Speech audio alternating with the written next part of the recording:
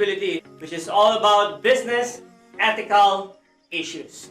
We're going to talk about different issues, different dilemmas that we are encountering every time we conduct business. What are the unethical practices and what are the ethical practices every time we conduct a business or behave in corporate world.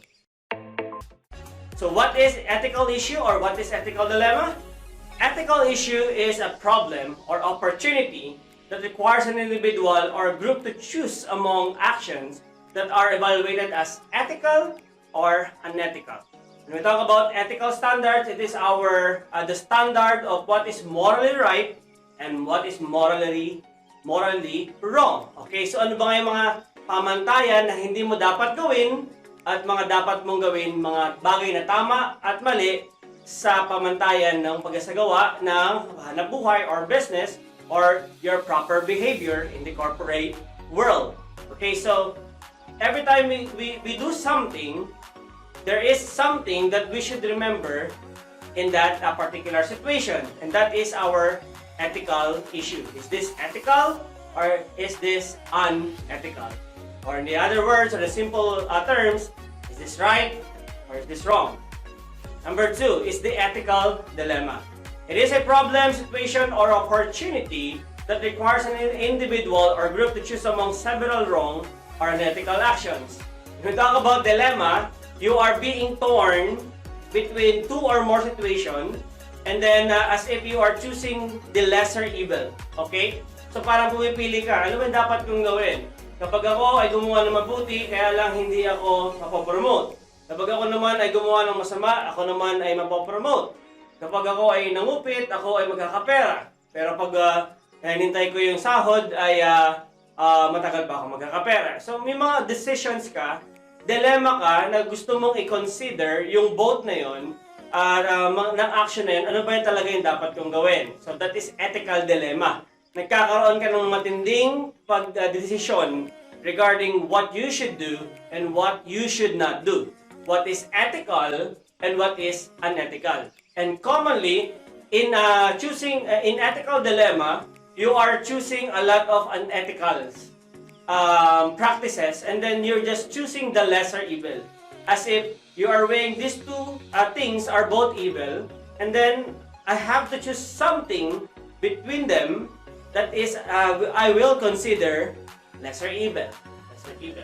So probably they are both wrong, and then I just gotta choose what is lesser evil to those dilemma. Okay, so sometimes we are going to encounter this in the corporate world. But then again, what I am proposing as your preacher in this business ethics and social responsibility, I want you to choose always, even if it will not benefit you most, always choose the ethical practice. Okay? Always practice the standard, obey the standard. Okay? So now, let's talk about the different kinds of business ethical issues. What is ethical and what is unethical? Okay, so number 1 is honesty. When we talk about honesty, this is a universal virtue. As someone said, honesty is the best policy. It is the trustfulness or the trustworthiness. And when we talk about this honesty, a lack of integrity, incompetence, disclosure, or an unwillingness to tell the truth. Now, this is an ethical dilemma. I want to be honest and I want to be a good person. But I have to be dishonest at this point of or given situation, because if I tell the truth to my superior, then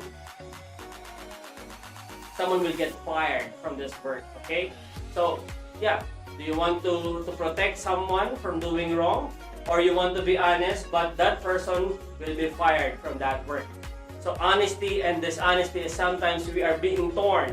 What, should I be honest or should I be dishonest? Of course, again, I want you to be honest all the time, even if it will hurt other people for correction or will not benefit you most. Number 2 is fairness and integrity. When we talk about fairness, it is the equal opportunity of everyone despite of superiority and subordinates. Okay? the quality of being just, equitable, and impartial. So that's equality, reciprocity, and optimization. Okay, so those are the things that we want to consider is expected in the corporate world. Equal treatment. That's fairness. And integrity is one of the most important terms regarding worldview. It means uncompromising adherence to ethical values. So are you a person with integrity? When you are being trusted by your superior, your mother, your parents, your teacher, are you being a person with integrity? Mapapagkakatiwalaan ka ba talaga? Maganda ba talaga yung iyong pag-uugali? Maaasahan ka ba talaga? Okay ka ba talaga? So that is about integrity. So sometimes we are weighing fairness and unfairness. Unfair ba talaga? Fair? Or with integrity ba? Or okay na kahit masamang tao, basta efficient, effective? So, unless ito sa may integrity nga, pero hindi naman ganun katindi yung kanyang influence. So sometimes, becomes an ethical issue. Okay? So next one is abusive or intimidating behavior. One of the most common ethical problems because it can mean anything from physical threats, false accusations, profanity, from insults, harsh, ignoring someone, or even unreasonableness. Bullying is a growing legal problem in the workplace. Just like a boss always shouting to his employees, to his co-workers, to his subordinates, as if he is the man, I am the most powerful, I am authoritative. So those are being abusive of their power, and then as if they're the only one stronger, and they want to intimidate others with the power they have, with the resources they have, and then to the point it becomes to the what we so-called bullying. We bully others, we harass them, we threat them. Okay, especially every time you badmouth them, you curse them. Tagalog, pinagmumura mo yung mga empleyado mo, yung mga manggagawa mo. Kaya nga, napakahirap magtrabaho sa ganong klaseng workplace. When your superior is too bossy and is too boastful and disrespectful, hindi ka tatagal doon. But if your boss is so kind, gentle, fair, and approachable, and yet he is a man of integrity and authority, you can still coexist with them and work with them. So the next one is the problem of just wage and unfair compensation. When we talk about justified wage, is the wage level that is high enough to attract workers but low enough to enable employers to offer employment. And sometimes employers pay less than required minimum wage. And some states have set higher minimum standard. Employers are required to compensate their employees at least in minimum wage by the Department of Labor.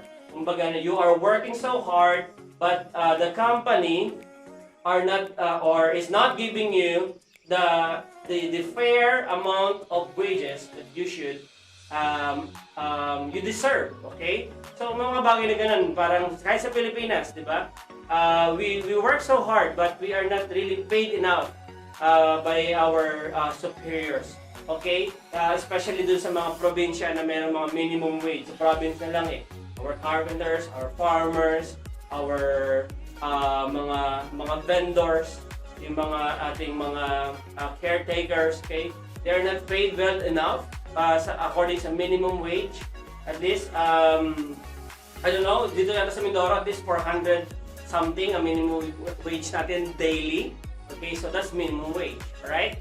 So, sometimes nagiging problema yon sa workplace, okay? So, workers, employees do not want to stay longer in a certain workplace with a minimum wage. Okay, so tagal-tagal mo na nag-work pero you are not being paid enough or well by your superiors. Another one is the ethical issue about the gift giving. Okay, this is common to Filipinos. It is merely an act of extending goodwill to an individual in an effort to share something with them. Okay, so gift giving tayo sa mga kunyari sa mga sa government commonly or sa mga private sectors na we want to get high favor from them na kasi meron tayo, di ba? Remember, Filipinos ay highly value natin yung tatawag na utang na loob. Okay? So, kapag ikaw ay binigyan mo ng regalo yung ibang tao, therefore magkakaroon siya ng utang na loob sa iyo. Okay? So, kapag ikaw ay humingi ng pabor sa kanya, hindi ka nang makukuha yung trust niya. For faster transaction, for easy way in, okay? Para kung ikaw gusto mong pumasok sa company, malamig ka muna sa boss, regaluhan mo, ikakala mo doon, tapos siya na bahala sa iyo later on. Okay, so that's an business ethical issue. Another one is money laundering. Okay, so money laundering is basically the dirty money. We are using an illegal money from drugs, from human trafficking, from criminal activity, and then we're using it to a legal business. Okay? For example, yung mga malalaking business na nagugulat ka saan nanggaling yung kanilang puhunan, their capital. Okay? Saan nanggaling yung kanila, sino namuhunan dyan? Okay? So yun pala, ginagamit niya.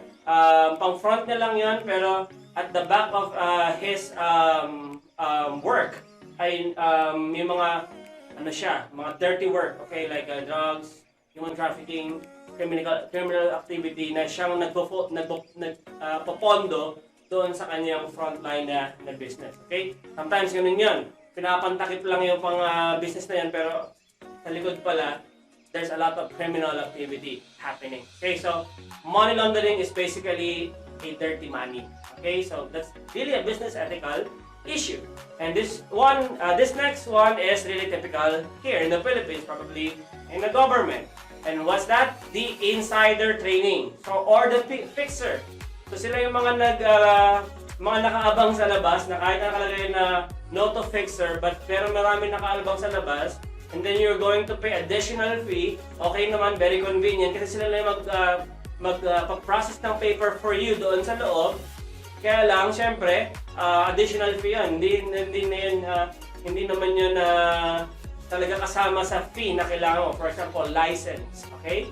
So, yung mga bagay na yun, ang gumagawa na natatawag nating fixer. It's another business ethical issue or problem that we are encountering here commonly in the Philippines. So, saan man yan. Most commonly nga sa government yan, yung mga fixer na yan. Another one is multi-level marketing. So I don't have really a problem with multi-level marketing or what we are called the other terms as networking, but the problem of the pyramiding scheme. Okay, as you can see the picture here, the pyramiding scheme. Okay, so if you really analyze that, okay, the one at the top is really earning a lot compared to those who are in his downline or her downline. Okay. So there's a problem really, but that's how the system works. Okay, so you connect with the downline. Okay, the peak. That's why it's called pyramid. The one at the top will gain a lot from his or her downline. Okay, so that's controversial. Okay, it's not really a problem, but it's controversial. Okay, now because of the issue of fairness or equality. Okay. Now, next one, let's talk about business bluffing. Okay? So, business bluffing is to mislead or intimidate by a display of strength, self-confidence, or belief. To achieve by bluffing to block one's way into a job. Okay? So, pinagmamayabang mo. Okay? As if na ganoon talaga yon. Okay? Pero bluff lang eh. Hindi sabihin bluff, hindi totoo. Okay? So, sabi nga nila, it is too good to be true.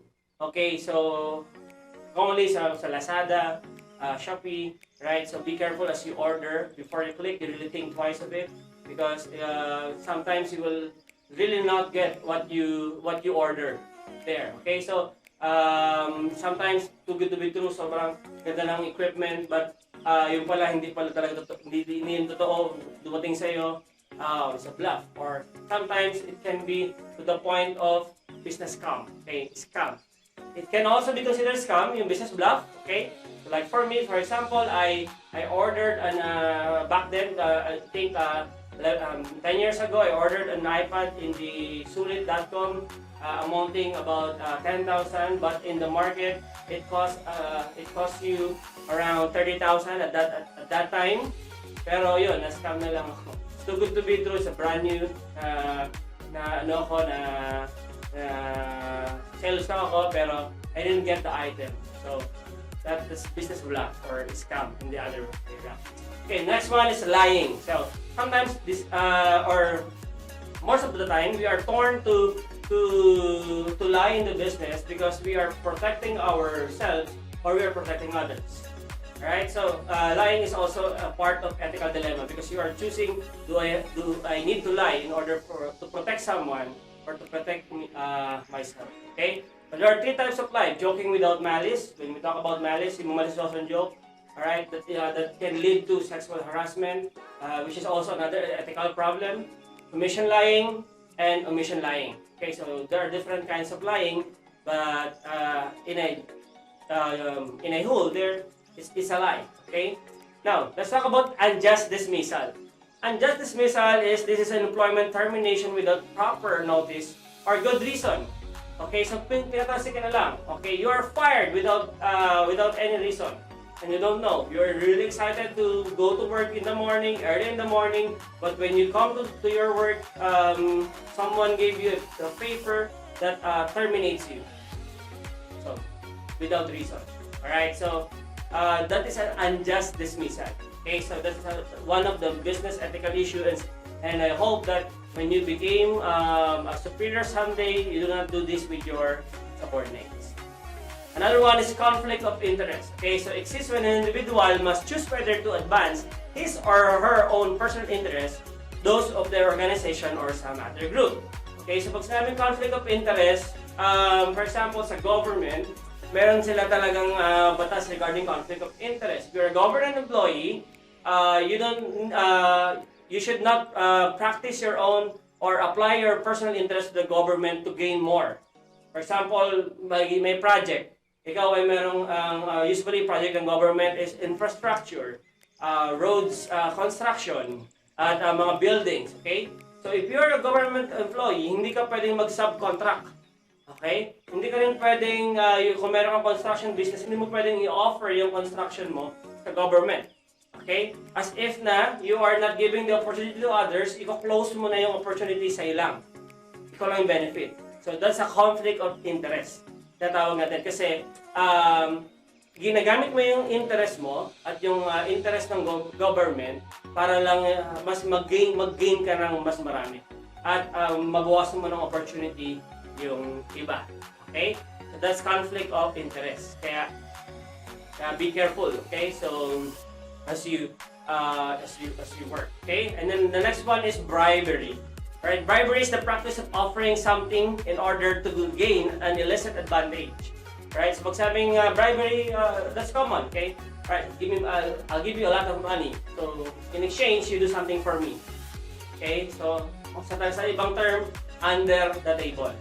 Para mabilis ang ating usapan, bayaran mo na, under the table mo na. So that is bribery. Okay? That's an ethical issue. That is an ethical problem. Okay, na I hope na we do not engage to this someday. Different types of bribery is active bribery, which means you are really active there, or passive bribery. Okay, so you're just doing nothing but you are bribing, influencing others. Okay, so next one is the word discrimination. Okay, so discrimination is basically the opposite of fairness. Okay, because you're not giving a fair treatment to other people. Especially if your company is composed of different races. Right? Merong Amerikano, merong mga Amerikano, Black Americans, White Americans, Filipinos, Asians, Chinese, Koreans, ganyan. And then yung mga Americans, you're giving them katawag doon na mataas na opportunity to be promoted, salary, but you are demoting the Filipinos, the Asians, because for you, Asians are inferior, and then the Americans and the other Western people are superior. So you are being discriminating. Right? You fire the black people because they are black. That's the reason. So you are being a discriminating person if you do that. Okay, so that's also an issue that you may encounter. You are Filipino, so I'm gonna kick you out of this company because you're a Filipino. There's no further reason. So if that is the case, that is racist. Okay, so discrimination. Sometimes may ganun. Ganun nga tinatawag na pleasing personality when you apply. Kailangan pleasing personality. And then, what's wrong with us, we misinterpret yung pleasing personality as if yun lang yung mga maganda, mga pogi, ganyan. Hindi. Pleasing personality talks about well-presented. Well-presentation of yourself. But, yung iba kasi ng mga company, yun yung definition nila ng pleasing personality. Kailangan maganda ka, gwapo ka, matangad ka, ito yung height mo, ganyan. So, yun yung kanilang requirement. And sometimes, being like that is discriminating. Right? So, PWD are not being given equal opportunity for being disabled, but they are intellectually competent with regards to their ability. Okay? So, because they are disabled, you think they are not able, so you discriminate them. Alright, now let's go to one of the common, of course, in the business sector, the corporate world, is what we call sexual harassment. Okay, commonly the boss and the secretary that prepares the copy for his boss, one natin sa mga pelikula, mga teleserye, nagiging mistress niya, okay? Or nagkakaroon ng advantage itong mga taas, pinaperahan, binabayaran, para lang manahimik. So sometimes, or most of the time, it's a real problem. It's a real problem in the corporate world, sexual harassment. Because of those rude, impolite, pervert bosses that exist in the corporate world. Yes, it exists, sexual harassment. Next is the environmental issue, the problem about environment, right? So if your business is about woods, all right? So you are expected, of course, to take care of the nature, the trees, right? You don't just cut trees without a permit. Okay, so that's the environmental issue. If you are a factory, then your waste disposal should be really organized, and there's a really proper waste disposal, and not just dump wastes everywhere, especially in the rivers. Okay, so even the air pollution. So everything that should be considered when you conduct a business. That's the business ethical issue. Now, let's talk about fraud. Fraud is any purposeful communication that deceives, manipulates, or conceals facts in order to create a false impression. Okay, panloloko, fraud. Okay? Yun lang naman yun. Dinideceive mo, niloloko mo yung kumpanya mo, asset and liabilities, ginagamit mo personally, and then sinasabi mo, ikaw ay ginamit mo ito sa ganitong mga kagasasan, pero in reality, you're not. Okay? You spend it in your own personal gain. So that's fraud. It can be consumer fraud or marketing fraud. Now let's talk about financial misconduct. Financial misconduct is basically just the general term for the fraud, gross negligence, or intentional or willful misconduct that contributes directly or indirectly to the company's financial or operational resource that are used to determine the extent to which any award of cash or stock under the plan being misstated. Okay? So, ginagamit mo. Financial misconduct, yung pera ng company mo for your own personal gain. Alright? So, you're misleading the people, your bosses, you're making a false documents, reports, financial statements, you're making them fake in order for you to gain this their money for your personal gain. That's what we call financial misconduct. Now, lastly, we talk about intellectual property and rights and privacy. So, we are unconsciously aware of this business ethical issues. We are getting the ideas from other marketing strategies, marketing plan, without giving credits to them. As if we own that idea as the real author of it. Kaya nga intellectual property. Kaya pag may-ari nila yan intellectually, kaya nga napakahalaga yan. Kaya di ba pag mga songs, okay? Na pag may mga tono, okay? Kapag may katono yan at may para sa lyrics yan, some authors and writers or nag-compositions, compositor, alright, nag-claim siya, that's mine, okay, that's mine, that's not yours, it's my, the real idea, the real words, the real rhythm, the real sound is from me, okay, are from me. That's my idea, you stole it from me, okay, so, even the issues of Facebook, if you watch yung social network, how the Facebook began. It began, nung panahon na yun, alright, si Mark Zuckerberg were accused by these elite people for stealing the idea of Facebook to Mark Zuckerberg. But they twisted that because si Mark Zuckerberg talaga yung talagang author nung Facebook, yung mga program na yun, pero inagaw ng mga ito ng nag-sponsor sa kanya, inagaw kay Mark Zuckerberg, tapos nung inagaw, si Mark Zuckerberg pa yung kinasuhan ng intellectual property right. Si Mark Zuckerberg yung nagnakaw, baliktad. Because Zuckerberg is really a genius person during his college time who invented Facebook, okay? So, intellectual property rights. So, you don't just get idea from other people without permission or giving credit to them. Even if we quote someone, a quotation, we should be careful of quoting, of citing where that quotation came from. Okay? So, mga bagay na yun. So, intellectual property rights, it includes the patents, the copyrights, the trademarks, the trade secrets, and the right of publicity. Everything of that should be considered first before we borrowed from someone's idea. Because if not, you will be accused for or sued for intellectual property rights and privacy. Magbabayad ka ng malaki. Alright? Kaya sa Facebook, ngayon, hindi lang tayo pwede basta mag-post ng mga videos. Kasi tinasa talaga ng Facebook to kung meron tong mag-claim na silang may-ari. Okay? So sometimes minumute yung videos natin dahil meron siyang intellectual property. May copyright problem. So that is intellectual property rights and privacy. Those are the business ethical issues or dilemmas. And sometimes you are being put in a situation to choose between lesser evil or evil, or better or evil, good or evil.